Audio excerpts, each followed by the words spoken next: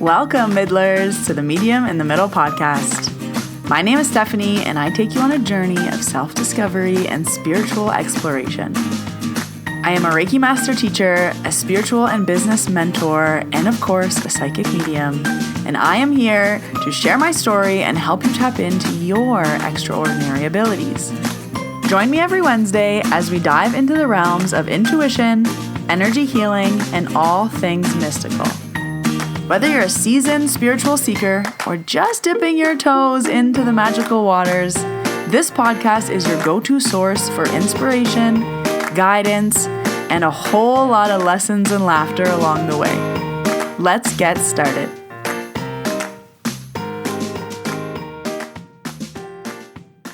Hello, Middlers. Welcome to episode 268. My name is Stephanie. I am the medium in the middle. This week, I am going to do a Q&A. I had a request to do a Q&A on Instagram. So I put a question box to collect some of your questions. So I'll be answering them today. Reiki, mediumship, business, we're covering it all. But I just wrapped up my How to Practice Mediumship series. So if you are a developing medium, that series will live there forever. So check out episode 264 to 267. I break down how to practice mediumship in those 4 episodes. So if you are a developing medium, if you ever decide you want to practice your mediumship, that tool will live on my podcast for you. Go back and listen to it as many times as you need to and do the homework on each episode, and that will help you practice. So if you aren't already following me on Instagram, go follow me over there at Medium in the Middle. I only have one account, so just beware of scammers. But I post a lot of information on there, mediumship related, Reiki related, manifesting, and sometimes I'll post a question box where I'll ask you for your questions. So that's where today's questions came from. Okay, let's start off with a mediumship question. So this question says, when channeling, are some spirits more difficult to connect with than others? And this is a great question. I personally find, yes, some are much easier to connect. And for me, it just comes down to need. So if there is a high need to talk to this person, it makes them very, very easy to talk to. So a few episodes back, I was talking to someone's daughter, and she hadn't spoken to her through a medium since she had passed. So it was very easy to talk. The daughter had a lot to say, and it was very easy. This is something that I talk about in my mediumship practice circles. When you're practicing mediumship 2 or 3 times a week, and you're being read 2 or 3 times a week, the need goes down, which makes it harder sometimes to get spirit. So for example, if I'm practicing 3 times a week and I'm exchanging with a partner, how many times can my grandma come through? What is she going to say? She's already come through twice this week and twice last week and twice the week before and twice the week before. So the need goes down. But if she had something to say to me and I haven't heard from her in 2 years, it makes it very easy to hear from spirit. So in my experience, yes, some spirits are easier to channel than others. I think it's the need and also their personalities. Spirit keeps their personalities on the other side. So if they were like a chatty person in life, they're chatty in spirit. So sometimes souls that weren't chatty or didn't talk a lot, they still don't talk a lot. Grandpa's not saying much more. Was he not a chatty guy? And it's like, oh yeah, Grandpa never really talked. I'm like, okay, well, he's still the same. So there could also be that factor, but that's just my experience. Next question. I get this question a lot. How often should I do Reiki? So I'm going to answer this as if you are going for Reiki and if you are a Reiki practitioner. So number 1, if you can do Reiki on yourself, I would try to do Reiki every day. That's what I always tell my students, because realistically, you're probably not doing it every day. You forget, you're tired, you're on vacation, you fell asleep.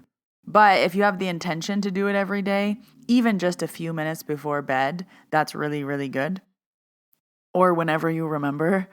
If you are someone going for a Reiki session, you can go monthly. Some people like to go every 3 months. Some people go twice a year.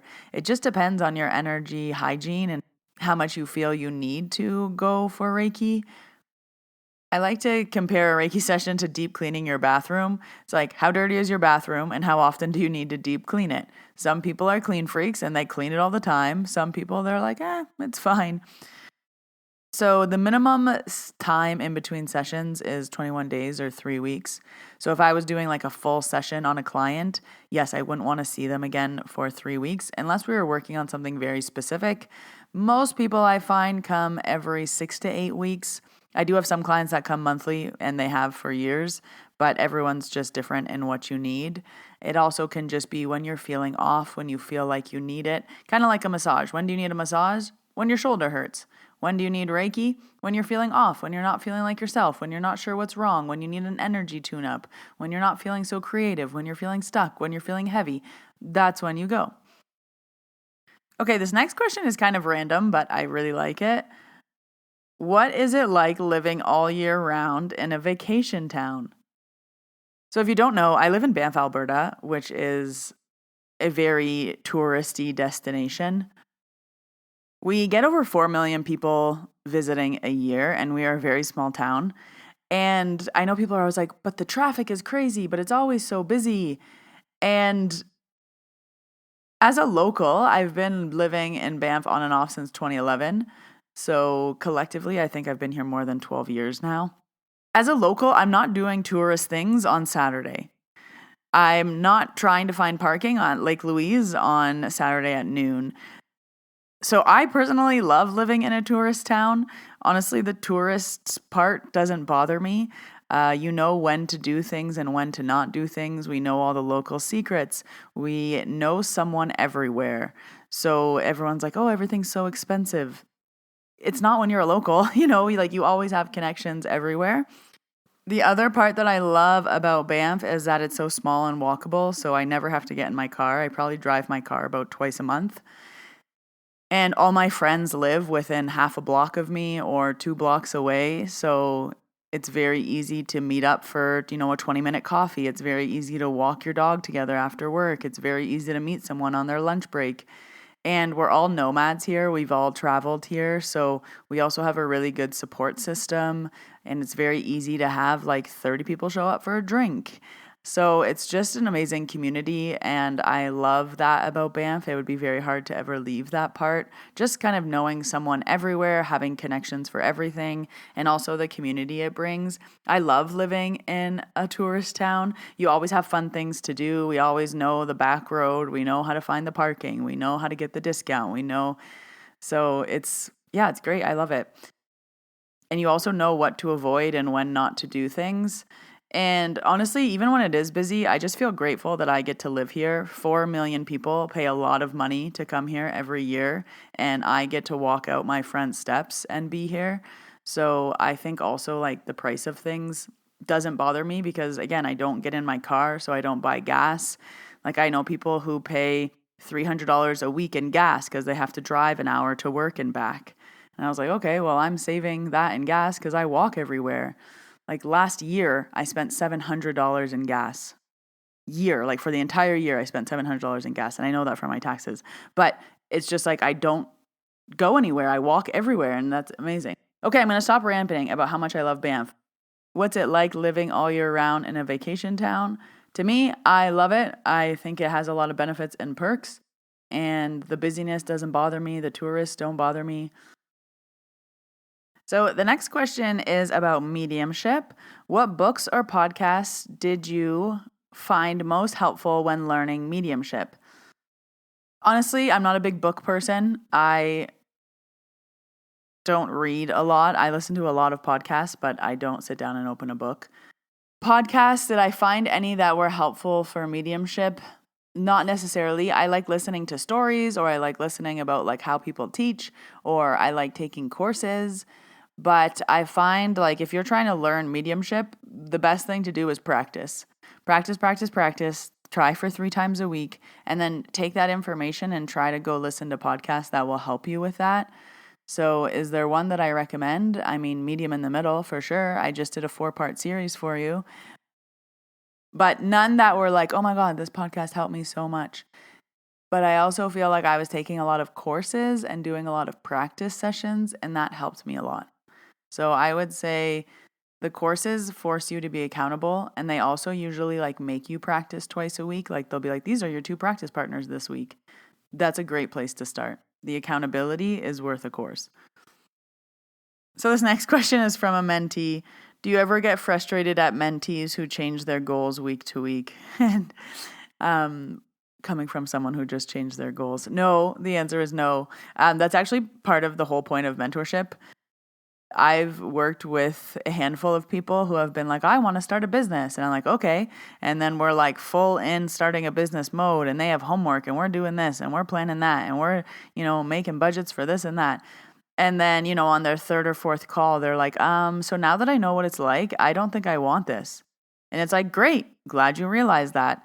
So also part of your goals is discovering if you want them or don't want them. So no, it doesn't frustrate me if people change. I'm actually very happy if they decide that they don't want to do something, if they decide they want to do this instead of that, if they decide they want to wait. You made a decision, and I think that's literally the whole point of mentorship and discovering what you want and don't want. So to answer your question, no, I think that's the whole point. Okay, let's jump into a few Reiki questions. Have I ever had clients become scared of Reiki for any reason? That's a good question, but no. People aren't scared of Reiki. I have had, usually if like a client comes and then they're like, oh, I love it, I want to send my husband, and then they send their husband. Usually the husband has no idea why they're there, what we're doing, what's going on. And I don't know why, but everyone just assumes I'm a mind reader. So sometimes people are like, I can tell they're scared. And I'm like, are you okay? And they're like, can you read my mind? I've gotten that a lot. Can you read my mind? And I'm like, no, I can read your energy real good though. So no, are people ever afraid of Reiki? No. Are people afraid that I can read their minds? Yes. Next Reiki question. What are some of your favorite ways to ground clients? And what about yourself? So I'll start with clients. I love to sweep their legs from the knees down. I love to hold and press their ankles. I love to do lots of Reiki on the feet. I like to use sound bowls at the feet. I like to use different wood and smelly stuff at their feet. I spend a lot of time grounding my clients. I think it's very, very, very important. I had a student come to me once and she was like, I didn't know you did all that. And I'm like, of course you don't. You're laying there relaxing. I'm doing the work. You don't have to know everything I'm doing, but I probably ground you about 12 to 16 times before the end of our sessions. And then how do I ground myself? Lots of things. I go outside, I walk my dog, I go sit by the river, I sit on a bench and stare at the mountains, I eat chips, I like to take off my shoes in the sand or the grass. I have a foot massager and I sit in my foot massager every day after work. And why? Anything with your feet is grounding. So if someone massages your feet, if you touch your feet, if you wiggle your toes, if you go for a walk in nature, anything with your feet is grounding. So I love to do any and all of those things. How long does energy move around in the body after a Reiki session? So your energy is going to keep moving and releasing for 1 to 3 days. It's kind of like a processing time. So you want to drink as much water as you can 24 hours after your Reiki session. But I always like to compare it to a massage. You know that when you get a massage, your shoulder might be tender. The next day it might hurt a little, but the next day your shoulder feels better. Reiki is the same. It's processing through, so it takes some time. 1 to 3 days. Most people are 2 to 3 days, and then you're good to go. But your energy is always moving around. I would just say it's settling after a Reiki session. I like to think of it as like the marinating time. Okay, another Reiki question. Do you ever get emotional responses from you or your clients during Reiki sessions? Yes. This is actually very normal. Emotional release is very normal in Reiki. It's normal to cry, laugh, get angry, be frustrated, smile. It's also normal for me. My eyes will tear very often, and what my eyes tear means something to me. So it's also part of my manual. If my left eye tears, if my right eye tears, if it tears on the inside, if it tears on the outside, if it actually tears, if it just wells up, all of those things mean something to me. So it's how I can know what's going on in your energy. So when I say learn your manual, those are some of the things I talk about. But also it's very normal for the client to have a release, and you just want to support them through that and let them know. Very commonly it's tears, but it can be anything. I always like to tell the story when I'm teaching Reiki, when I talk about emotional release. So I had a guy come for Reiki once, and during his session, he kept saying, I can't stop smiling. I can't stop smiling. And I was like, okay. And then he was like, I can't stop smiling. And I was like, okay, great. And then he was like, I can't stop smiling. And I was like, okay. And then by the end of the session, I was like, why are you saying that so surprised? Like, what's going on? And he was like, I never smile. And he had like this big grin on his face. And I was like, ah. So the emotional release isn't always sad and tears. Sometimes it's smiles. So he left and he was like a big smiley guy. And when his mom picked him up, she was like, what's going on? And he's like, I can't stop smiling. So the emotional release can go both ways. But yes, very normal, very good. The energy has to leave. The emotions have to leave your body. They cannot stay inside you. That is not where you want your emotions to be. You want them out. You want them released. Okay, the next question. This is a good question. What other spiritual modalities have you tried, and how do you decide which to offer? So right now I offer Psych K because I did a Psych K session and I was blown away. I was like, I have to learn this. I also offer Akashic Records. I took my Akashic Records course when I was in the middle of COVID and I literally had nothing to do and my friends were taking it. So I think I signed up like the day before. I was like, fine, I'll do it. And then again, it was COVID, so I had nothing to do. So I'm like, okay, I'll practice. Okay, I'll offer it. And then over the years, now I've been doing them for so many years. I'm good at it. I'm like, okay, I'll offer it. Reiki, obviously, love it, offer it. And then other modalities that I've tried that I really like, I like emotion code and body code.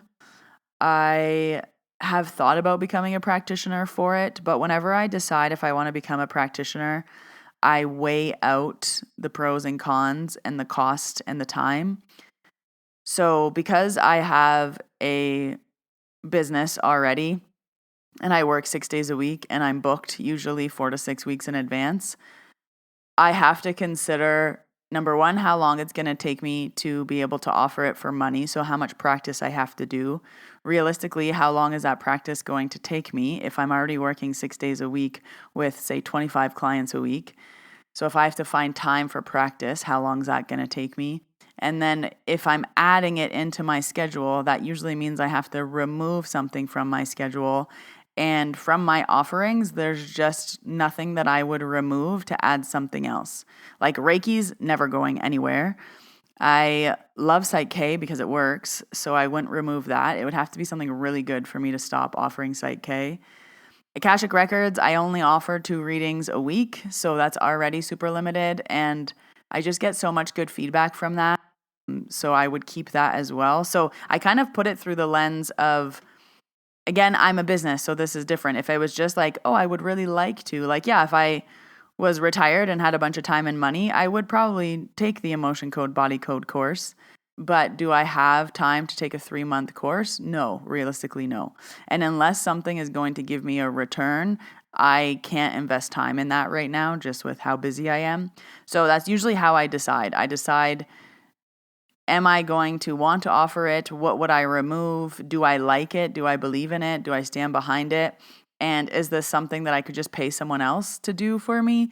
Or do I have to do it for myself? So I do get emotion code, body code sessions, but it's not something that I necessarily need to go take the course in and invest time in. Taking a course and getting good at something takes a lot of time. I don't think people understand how much time it takes. I was lucky to take a lot of these things during COVID when we had all the time in the world and I could practice 50 people and I could practice 50 people in, 3 or 4 weeks. Now, if I were to try to practice on 50 people, realistically, I'd probably practice on one person a week because that's all I could probably fit into my schedule. So that would take me a year to get through my practice people. So in 1 year from now, maybe then I would start charging? No. So that's how I decide. I now would consider just becoming better at the skills I have. So like I would take like an advanced Akashic Records course. I would take an advanced whatever. If I wanted to become better at something, I would more focus on that. Okay, I'm going to do a few rapid fire questions. Do you use sound bowls during your Reiki sessions? Yes. In-person sessions, I always use sound. What's your favorite way to spiritually, energetically help animals? Reiki, or clearing them, but normally Reiki. What's the most visceral reaction you've gotten from doing a clearing? Ooh, I would say a coughing fit, kind of choking on something, or tears. Okay, and let's wrap this up with one last question. How do I decipher between who is actually talking to me and who I'm hoping it is? Because I feel like I'm blocked by the hope that it's a certain person. Okay, I think that number one, you could ask and then you could sway test. So if you're like, is this my grandma? Yes or no. But also, if you think it's your grandma, it's probably your grandma. If you're hoping it's your grandma, just take it as a sign as that it's your grandma. Like, there's really no harm in taking a sign from spirit. So I think the hope is not a block. I think that it's the whole point of the message. So don't worry. If you think it's dad flickering the lights, it's probably dad flickering the lights. Or if you think it's someone else, like, it'll feel right or wrong. If you're like, no, it doesn't feel like dad. Okay, it's not. If you're like, no, I think it is. Okay, then it probably is. You just really have to trust yourself and trust your gut. And the more you second guess it, it just like takes away the love and the magic of your dad trying to send you a message. So I would say don't think yourself out of it. Don't be like, what if it's not? What if I'm just making it up? No. If you think dad's flickering the lights, 9 out of 10 times it's probably dad flickering the lights because you thought that and you felt it to be true. So trust yourself. Okay, sorry, I have one more that I want to answer because when I got this question, I started yelling no. I was like, no! So the question is, how do I evil eye someone? I can't even say the question. Oh my gosh. How do I evil eye someone who is toxic at work? Oh my God, you do not. You never, ever, ever send evil eye. You never send bad intentions to everybody. Whatever you send out, you get back. Be very, very, very, very careful. Whatever you send out, you get back. So if someone is toxic, if someone is whatever, you don't do anything. You just hold up a mirror and it goes back to them. You just hold up a mirror and it goes back to them. So whenever you have anything, quote unquote, negative being sent to you, you just return to sender. You don't do anything else. You don't ill will. You don't send nasty things. You don't hope to send them evil eye. No. That's a great way for you to get that right back to you. So never send anything out that you don't want returned to sender. And if you get anything that you don't want, you return to sender. Easy peasy. Be very, very, very, very careful. Karma is real. Karma comes back around. Karma will bite you in the ass if you are sending evil eye to other people. I've seen it before, and I just keep your karma clean. Keep your karma clean. You never want anything returned to sender because you never know when it's going to hit. Keep your karma clean. Okay, we're going to end it there. I had to answer that question because when I saw it, I started screaming. Like, no! So I only have a few events in June to tell you about. Reiki Level 1, there's still a chance to get in this weekend, the 7th and the 8th. Reiki Level 2, Summer Solstice, the 21st and the 22nd. That's going to be really great. I love doing a training on Summer Solstice. The next Mediumship Practice Circle is on June 28th. And if you are in Banff, I am teaching for free at Lululemon in Banff on the 29th. I am the Sunday morning yoga teacher for June. So that is free. It's in the link in my bio on Instagram. That's the only way you can register for it. So go to my Instagram, click the link in my bio. Everything is there for you. I do have a goal of trying to take more time off this summer. So things will be winding down a little bit. Hopefully, I'm saying this on the podcast to hold me accountable. So book in your sessions before I start booking time off. I am available in person in beautiful Banff if you're traveling here, one of the 4 million people traveling here, or I work virtually as well.